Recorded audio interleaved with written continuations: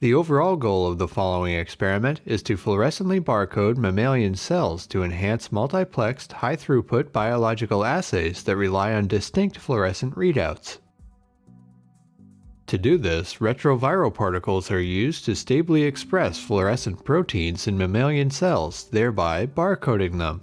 Next, fluorescent activated cell sorting is performed to obtain clonal barcoded populations.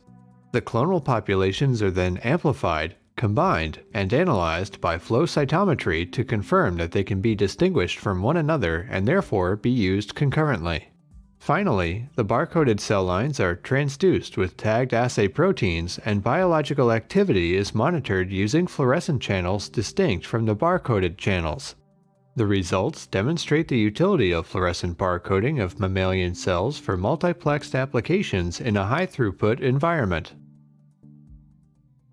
The main advantage of this technique over existing methods that require careful calibration of antibody or dye is that once genetically barcoded cell lines are established, they require no further manipulation. And because the protein of interest is expressed for long periods of time, they are used further for biological adaptations. Coupling fluorescent genetically barcoded cell lines with cell-based assays allows us to investigate biological functions or effects independently in a high-throughput format. In our example, we use fluorescent genetic barcoding to monitor cleavage of different viral substrates. Multiplexing the assay can be further exploited to investigate the machineries involved in cleavage and for high-throughput drug discovery.